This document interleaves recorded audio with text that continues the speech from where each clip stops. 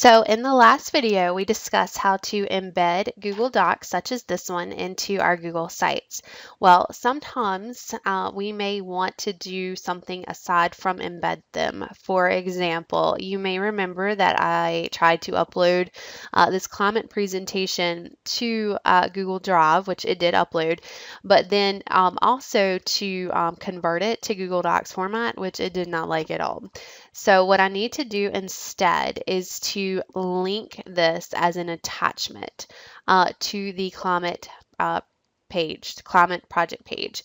Another way that we're going to look at in this video to show work is by linking it to an external site. Okay, so we're going to look at attachments and linking in this video. So for the climate change project, I have add files here. Now, if you don't see add files, you can choose more and then page settings and just make sure that allow attachments is checked. All right, under add files, I'm going to click it, find my file that I want to add and choose open. Now, if you can, I recommend doing the PDFs as a converted Google Doc and then embed it into the site wherever possible, just because it's so much quicker and easier to see than this PDF file. But the great thing about PDFs as attachments is that unlike Microsoft Word or PowerPoint or whatever it is, it's not easily edited. So if you're going to attach a file, instead of doing it in Microsoft Word or PowerPoint, do it in a PDF instead. And if you don't know how to do that, I'll show you really quickly. You just open it in Microsoft Office and then you can do File, Save as Adobe PDF, okay? Or if you go to Save As, you have the option in the dialog box where it says Save as Type. You can change that to PDF, okay? So just know that you can convert any of your Microsoft products if that's what you use, or if you use iWorks, which is Apple's Office Suite software, you can also convert those documents to PDF as well. And if you're going to do an attachment, I totally recommend doing a PDF, okay? So that's how you do it. One thing I do want to point out here is if you think, well, wait a second, it's in Google Docs or Google Drive, why can't I put it in? If you choose Insert Document, notice that the PDFs aren't listed here, okay? Only the documents in Drive that have been that are in a Google Docs format will embed easily into the site. Okay, so you're not going to see the option for your PDFs, even though they're stored in Google Drive. The option to embed them is not available at this point. So we attached that instead, and then to open it, you would just click this download button here, and then if you wanted to delete it, you would click the X. All right, so that's how you do attachments. And then the last thing I want to show you is how to do a link. Okay, so let's go to this 8th grade project page just for an example.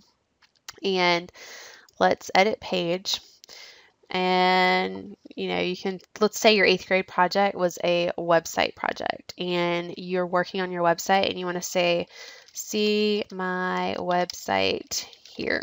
Okay, we can actually link this word here. So on the toolbar, I have the option for a link. It looks like a little chain link. I click on that, and now I can put a web address here. So I can link it to another page within my Google site, which is not what I want to do here, but just know that you have that option. I can link to a web address, and I'm just going to put my website, just for an example, into the link to this URL box, and then we're not going to worry about AppScript right now. But one thing I do want to say is I think it's a great idea to check this box where it says open this link in a new window, because when people go to click on it, it won't open over top of your digital portfolio, and then people, they get into your new site and they can't get back to your digital portfolio very easily. But if you choose open this link in a new window, then it'll open in a separate tab at the top, and then people can just go back to your portfolio very quickly and easily. So I recommend checking this box. I'm going to choose OK, and notice it says go to link, and it actually has it, and I can change that link Okay, let's say I typed it in wrong or something, I could come back and change it, or I can remove this link. Um, a great use of the link I've seen, especially with students, is to external, like outside uh, presentation, not software exactly, but presentation websites.